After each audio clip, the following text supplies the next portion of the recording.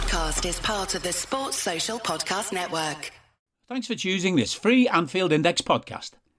If you'd prefer to listen to this or any of our other shows without adverts, then now's the time to check out Anfield Index Pro. With AI Pro, you can supercharge your entire listening experience.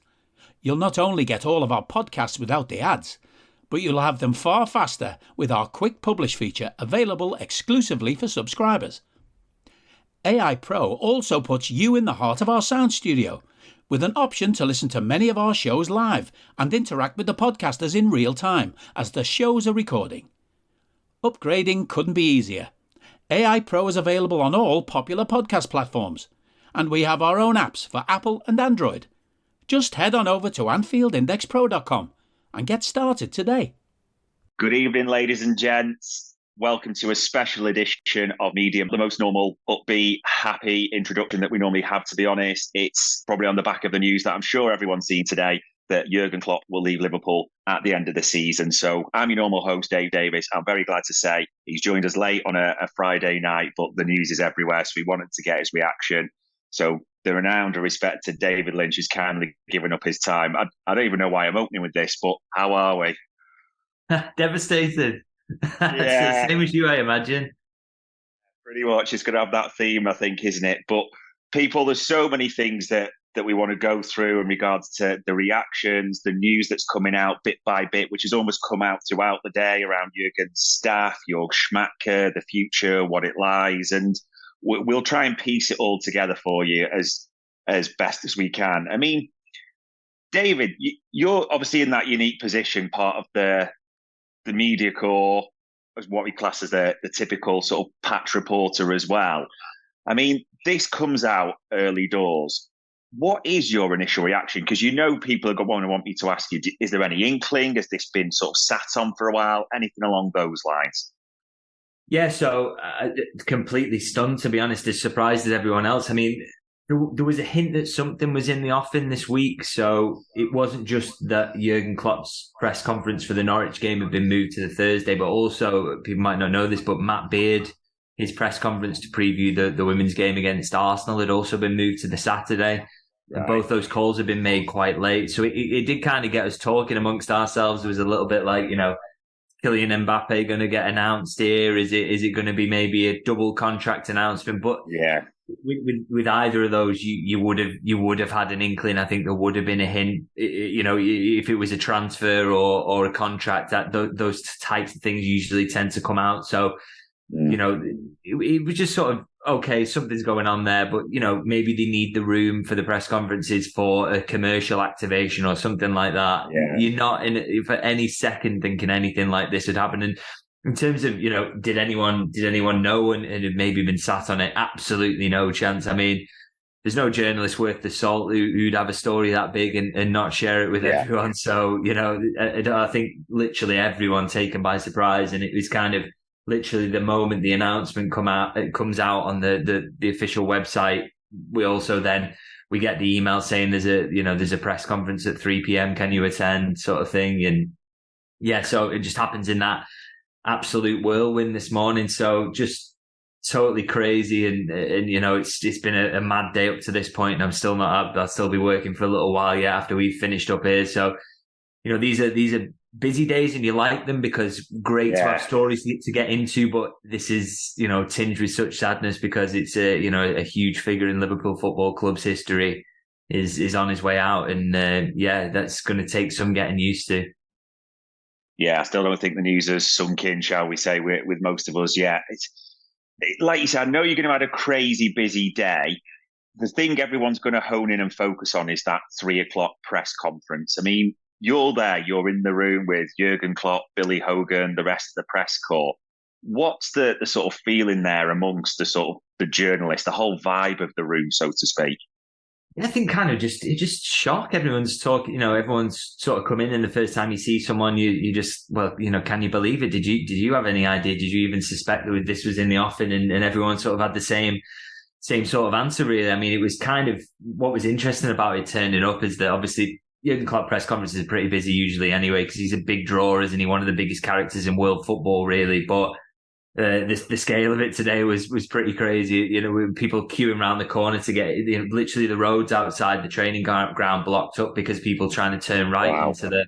Yeah, so like literally and the whole car park packed out, and then the room itself, obviously, so busy, and a few unfamiliar faces in there. Some who are from sort of national news who got involved because this story is so much bigger than just a Liverpool story, even kind of bigger than a football story, really, because he's an icon, isn't he?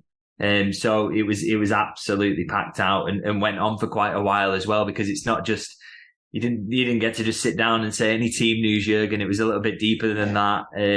And yeah, it's just an interesting atmosphere. It wasn't quite as funereal as maybe fans would feel in this moment. I think that, amongst journalists, it's a different sort of approach. But, don't get me wrong. I think a lot of journalists, particularly ones who are close to Jurgen on the patch, we will are kind of gutted about it on the basis that, you're losing such a charismatic figure who always gives great answers. He thinks about things. He has opinions on everything. And he'll talk about anything and giving his opinions on politics or anything outside the world of football as well. Yeah. So to lose someone who's that engaging, that's quite gutting. I think that was like a theme that I felt from a lot of people I spoke to today, that it's just such a shame that he's going to be going, and just that, of course, real surprise that we all felt when the news broke this morning. Yeah, indeed.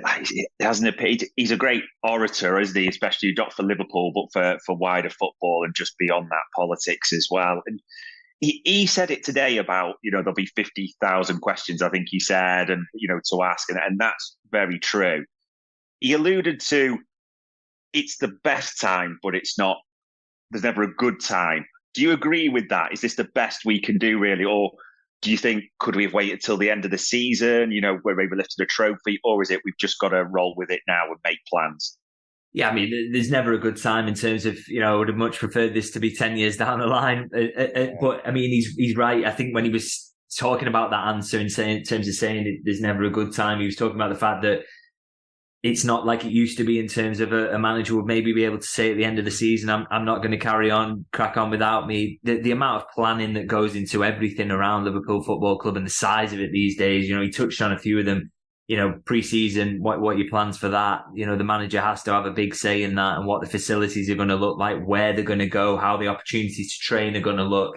The manager's a big influence on that. And also, of course, transfers is a massive one. This is around the time where the plans really start to be laid, and it really ramps up in sort of February, March. So Liverpool would like to have a good idea of who they're going to get by that time, I'd imagine. So I think it's the only time really, I think, where he could have done this. And I think there's a couple of things come into it now, isn't there? I suppose it's, does this have a negative or a positive effect on the team in terms of the timing? But as I say, there's no way I think he can make that call and all the plans start being laid for pre-season and Liverpool try and find a new manager it would never go under the radar. So this news would have leaked eventually. So the fact he's been able to control the narrative, share that news with his players before it became public as well. He spoke to him this morning at the AXA.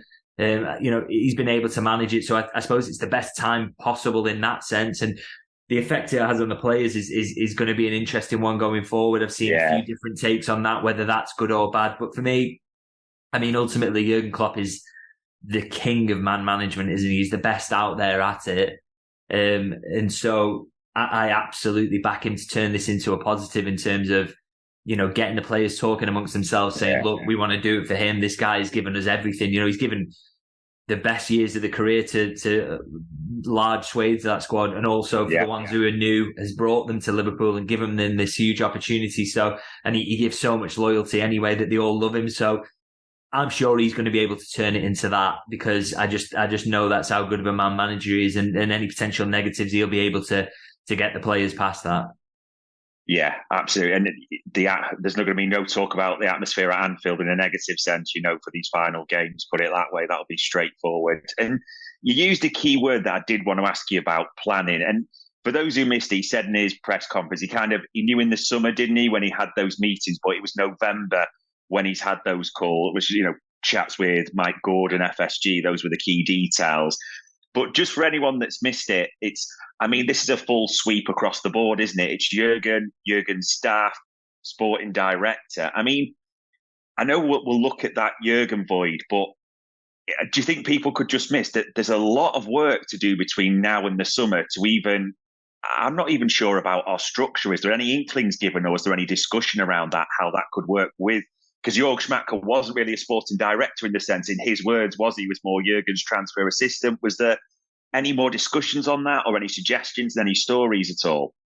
Well, we'd spoken in past, hadn't we? I think I mentioned on when we've done Media Matters before about the idea that I thought Jörg Schmadtke would do January and then would leave. So I don't think that's not come as a shock to Liverpool. That news has been delivered today because it works quite well, doesn't it, with the fact that Jurgen's going, and obviously I'd say we're coming towards the end of January now, so not hugely surprised by that one. So Liverpool have known that's coming, and they've known they're going to be on the lookout for a sporting director. So that process now will just finalise, and I think they're going to really start to accelerate things on that, because obviously there is so much to do in terms of, you want a sporting director in who, I think, Jurgen's such a big character. I can't imagine that the next man, well, for a fact the next manager is not going to have that much power, not going to be that big of a character. There isn't anybody like him in the world anyway.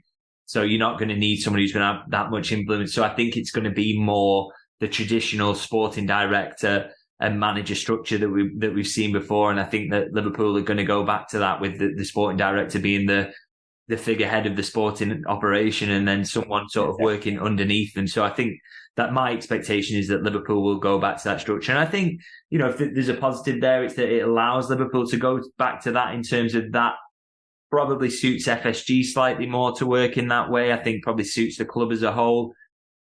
Because ultimately, if you don't work in that way, you're asking yourselves to find another Jurgen Klopp out there. And there is, as I say, there is no one like him. There's no one who's this good. So, what you need is as good as a manager or coach as you can find, and then as good as sporting director as you can find, and hope that the combination of the two, and the two working in tandem, gives you enough magic that you can reproduce, results-wise at least, what Jurgen Klopp has brought to the club, I think. And that is the aim going forward. And actually, just to talk about his coaching staff as well, that's an interesting one. I asked Billy Hogan in the press conference, and Jurgen actually followed it up and talked about this.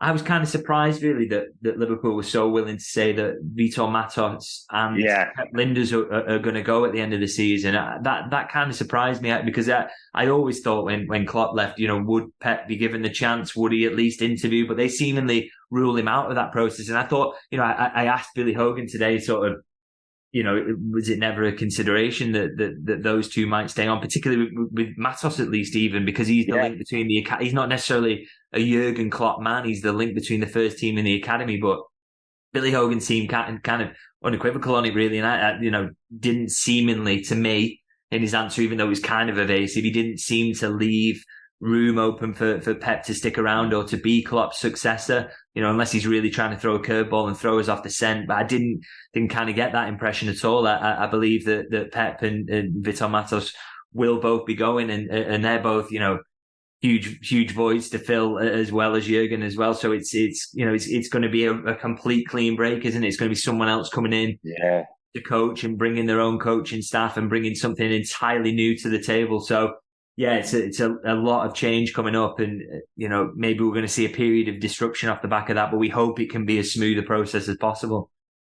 Yeah, it is strange. I think that's the right word. A lot of people see it. You think back to like Barcelona when Guardiola went, there was Villanova, wasn't it? That continuation of sort of the ethos, and like you say, Matos. I mean, there's almost a worry that the academy has been brilliant recently. Like, look at the fruits and look at how it's born there.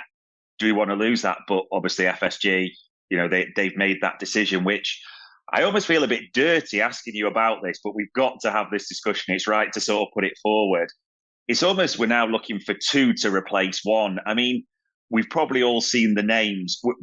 I'm guessing that was just off the table, not to discuss, but has there been any mention, or have you heard things around a possible replacement for Jurgen Klopp, sporting director, anything along those lines at all?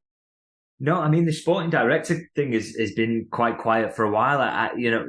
This is just a consequence of sort of FSG are quite good at keeping these things on the down low, which is unfortunate for us as journalists. I mean, you look at Manchester United, for example.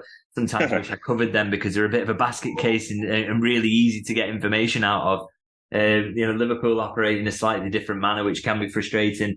The only name that sort of has popped up at all really was Max Eberl, and never really got any encouragement that he is someone that they're really going to chase. So, it is kind of quiet at the moment on that front. But you just hope that they get someone in who's good and can do the job. And like I say, I do think it's going to be someone with a little bit more renown and someone who's going to be a powerful figurehead rather than sort of a Jörg Schmadtke type who was coming in as a bit of a sort of, well, it was clearly a short-term thing, wasn't it? It was never going to last much longer than that. So, it's going to be interesting to see what they do. One more thing I want to talk about actually on just why we mentioned Visol Matos.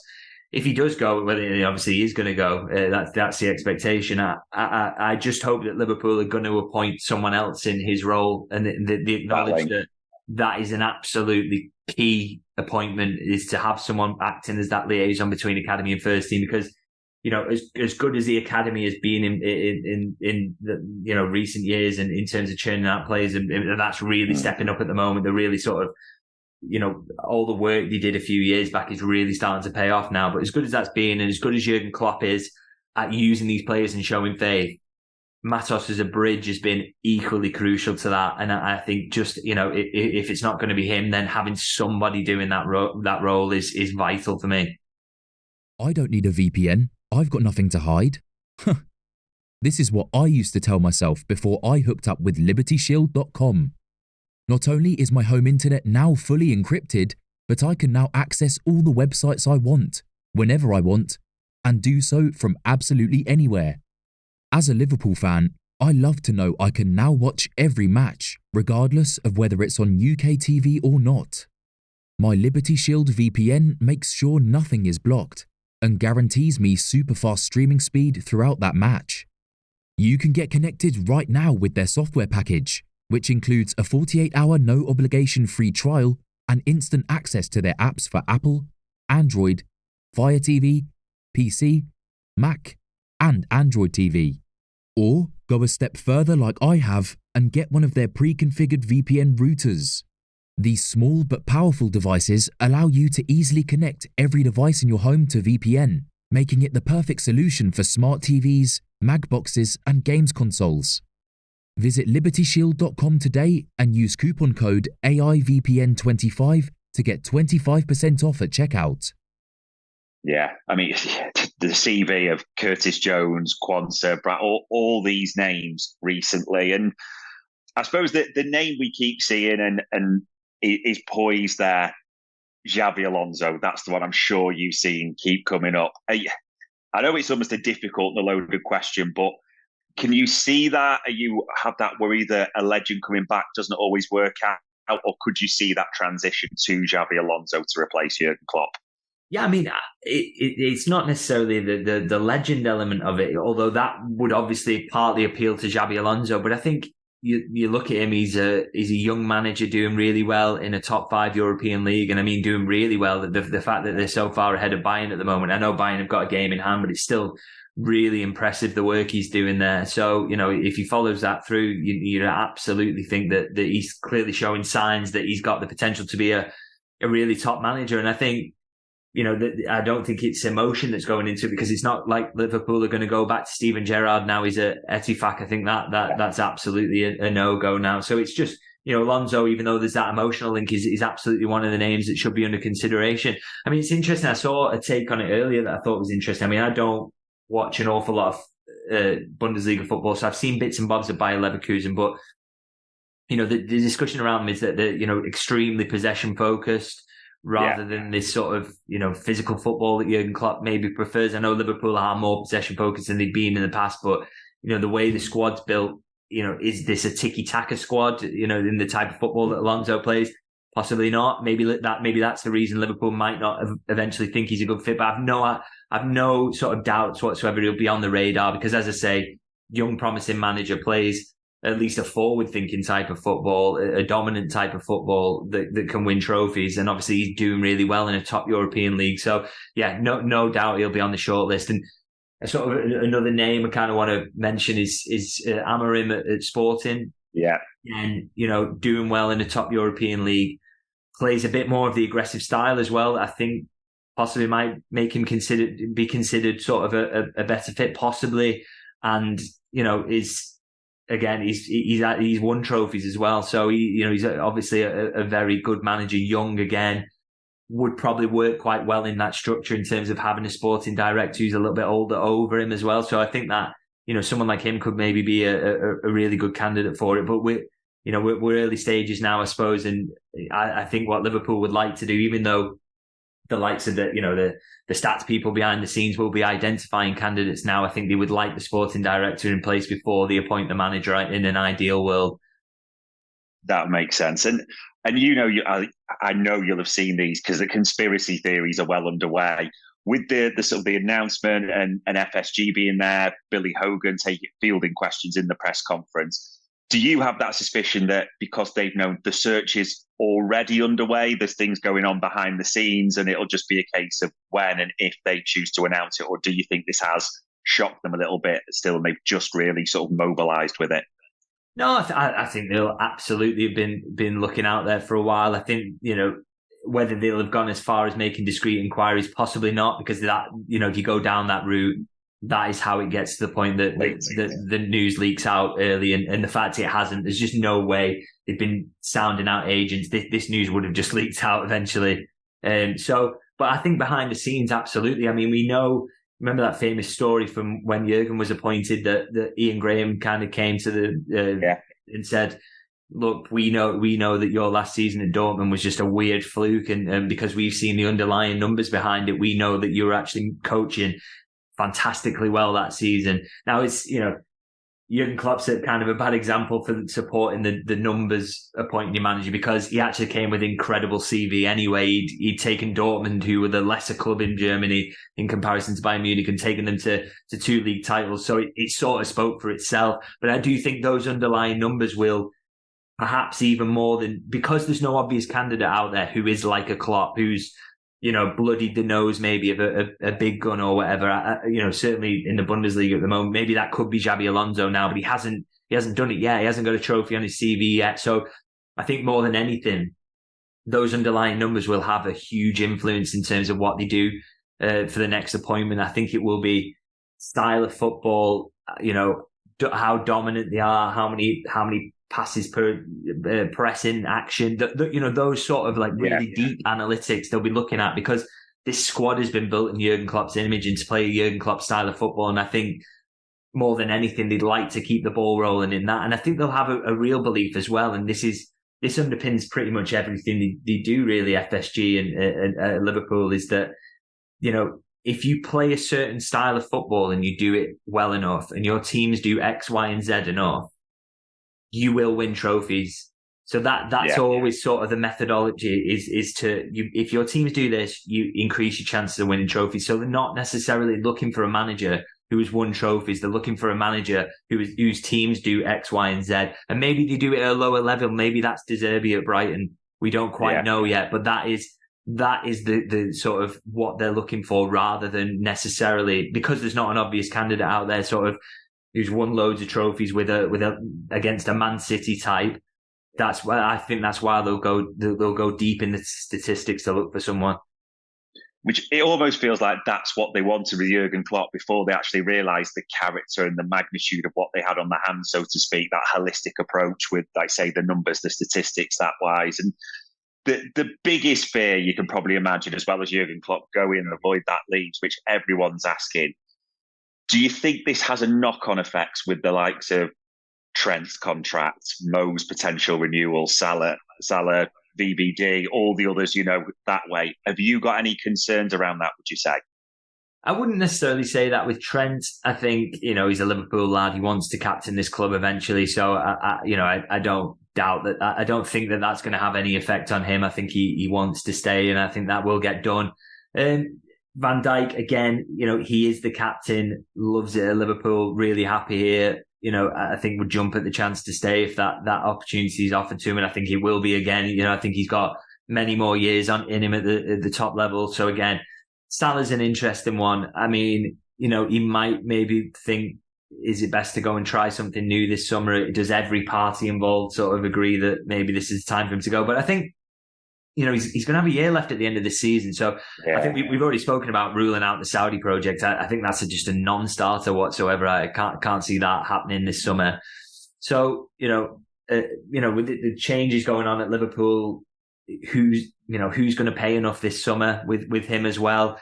It's why, for me, it wouldn't be a huge shock if his contract didn't get sorted out this summer, and is something that maybe, they let run into its final year, and then a decision's made in terms of extension or go and try your luck elsewhere. But I think that for me, I think the other two contracts will get sorted. The Salah one, I could maybe see running on a little bit, but not on the basis of a move to the Saudi Pro League, because I just don't think that appeals in the slightest at the moment. But Salah may want to see what the lay of the land looks like under a new manager, and in terms of what other offers, if he wasn't to go to Saudi, what other offers are out there? Would Real Madrid want to sign him on a free? Maybe would PSG? Would he want to try that out? Would he want to do something new like that? It's I think there's maybe a possibility of him keeping his options open there.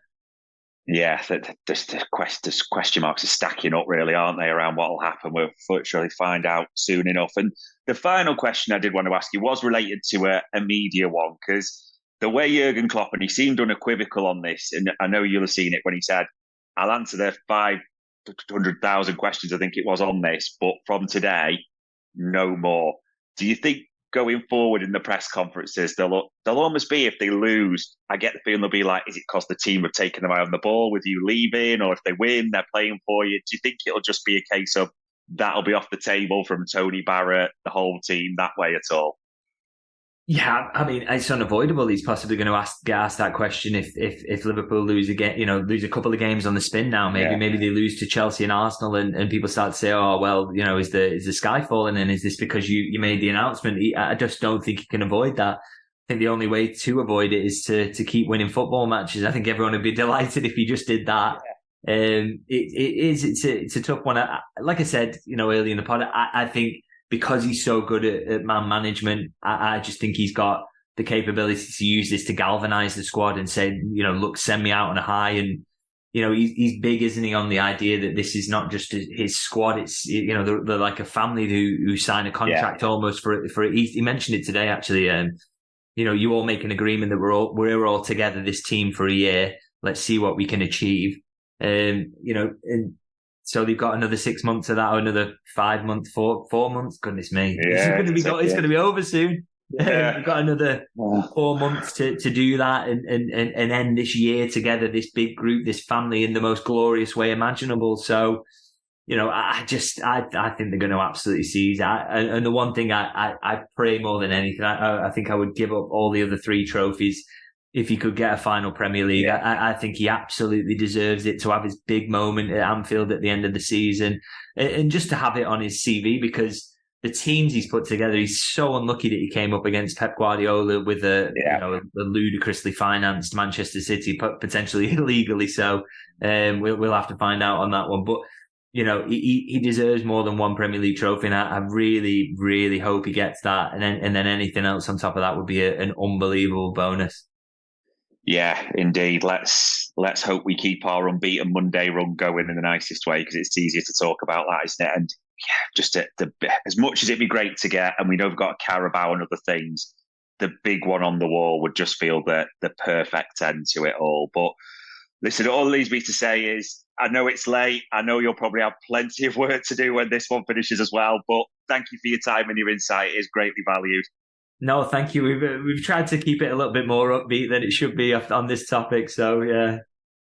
Yeah, tried is the word. So hopefully that came through, ladies and gents. But all it leaves me to say, ladies and gents, is that was another Media Matters for Anfield Index. We hope you enjoyed listening to this Anfield Index show. Please be sure to subscribe to our channel so future podcasts find their way to your device automatically. There's nothing quite like fan engagement, and we'd love to know what you think of anything discussed on this show. The best way to get in touch is over on our free Discord community, where both podcasters and listeners debate the hottest LFC topics 24/7. Sign up free now at anfieldindex.com/Discord. You won't regret it. You can also follow us on Twitter at Anfield Index, and find us on Facebook by searching for Anfield Index. Oh, and before you go, we'd love it if you could leave us a 5-star review on your favourite podcast app. It only takes a couple of seconds, and it means the world to the people who create these free shows. Sports Social Podcast Network.